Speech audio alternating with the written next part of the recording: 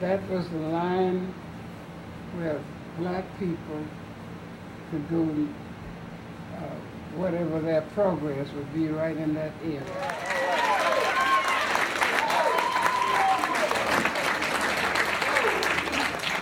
I am definitely speechless. This is the happiest time of my life. Man, amen. And as you were talking, the different ones were speaking. And while I looked over the audience, I said, dear God, let me live that we may be able, with the help of these beautiful people and others, to continue to serve your people in order that they may have a legacy to continue to give to somebody else. Amen. Thank you so much. Now, I've been trying to figure out how many nights I slept there. And I figure that if I put up $100 a night for every night I slept at your house, it would be substantial. In fact, I don't know where I'm going to get the money from now, but if you need it, it'll be there. And the money will not be the problem. The problem has been us not focusing on this wonderful woman. And I thank Dr. Brown, Brother Brown, and the Gateway Foundation for doing this. Let me say one other thing. Oprah Winfrey called me because they're trying to do something on Selma. And they sent a script, and they were trying to put Oprah in Selma in a part that did not exist. And I said, wait a minute.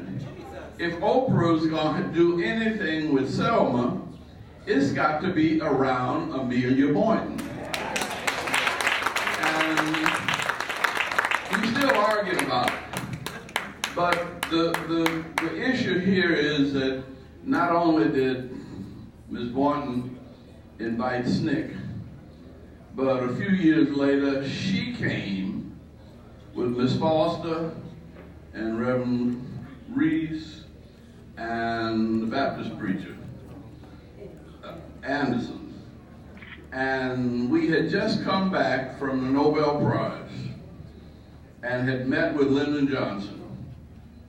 And we listened to Lyndon Johnson for over an hour tell us that he could not introduce a voting rights bill in 1965.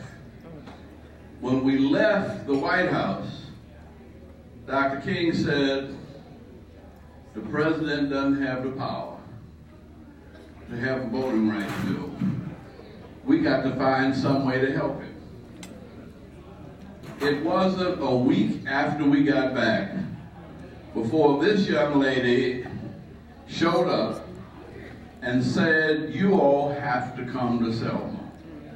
And we went to Selma on the 2nd of January 1965. And by the end of July, we had a Voting Rights Act. And so everything you said here, you just scratched the surface.